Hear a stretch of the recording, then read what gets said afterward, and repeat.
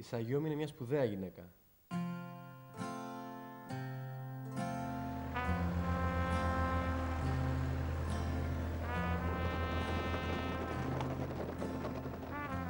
Για τον κόσμο εδώ ήτανε σαν την Αριανή, ας πούμε. Ο Αριανός είναι ωραίος. Δεν ξέρω αν είναι ωραίος ο Αριανός. Ένιωθε εκείνη πολύ άσχημα και όποιος την κοιτούσε, εκείνη το παρεξηγούσε. Σιγά, Σαγιόμι. Άσε με τώρα, φουστάνι. Όχι, δεν σε αφήνω. Άφησε. Πού χώνεσαι, παιδί μου? Την αγαπούσα. Ήμουνα ψιλοκαψούρης μαζί της. Ήταν ένας άνθρωπος που είδα ότι μπορούμε να ταιριάξουμε και να κάνουμε μια σωστή οικογένεια. Το πρώτο λέξη που έμαθα. Πονάω ήτανε. Όχι, πονάω, υποφέρω. Κάπως έτσι ήταν.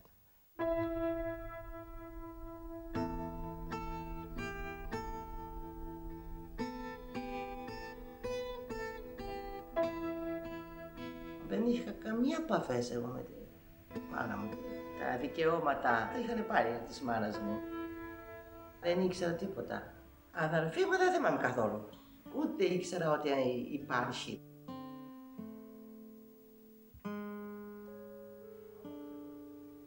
Πρώτη φορά στη ζωή μου να είμαστε τρεις αδερφές μαζί. Έχω κάπως έτσι αγωνία. Σαν ξένοι θα είμαστε.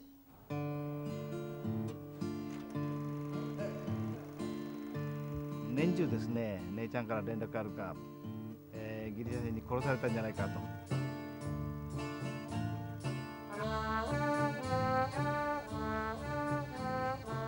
幸せな生活ができてる。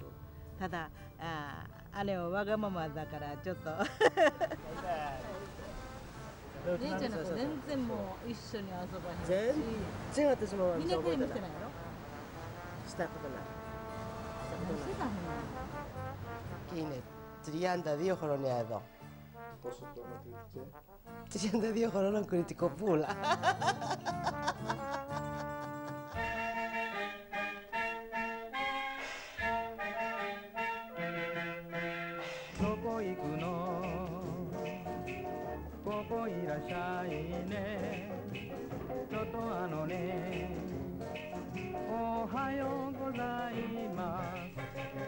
Japanese rumba, ay ay ay. Japanese rumba, ay ay. Πολύ χάρηκα.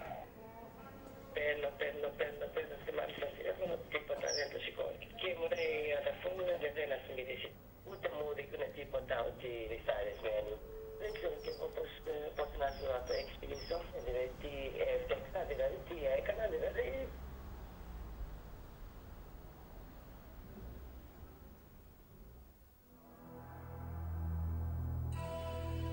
Παρόλο που έχω την τύχη να τη γνωρίζω προσωπικά, μέσω της ταινίας αυτής συνειδητοποίησα ότι η Σαγιόμι διαθέτει τα δύο βασικά στοιχεία που θέλω να βλέπω σε κάθε γυναίκα: πάθος και δυναμισμό.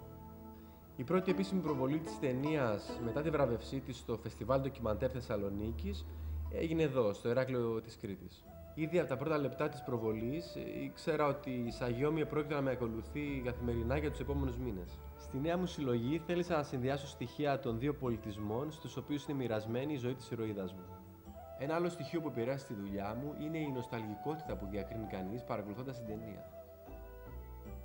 Η συλλογή μου για το καλοκαίρι του 2013 απευθύνεται στη γυναίκα που έχει αδυναμίες και πάθη. Στη γυναίκα που τολμάει να ρισκάρει, να ερωτευτεί, αλλά και ταυτόχρονα σέβεται τον εαυτό της και βρίσκει τη δύναμη να ισορροπεί. Το έχουμε. Εντάξει, τελειώσαμε. Άντε, γιατί αρχίζει το show.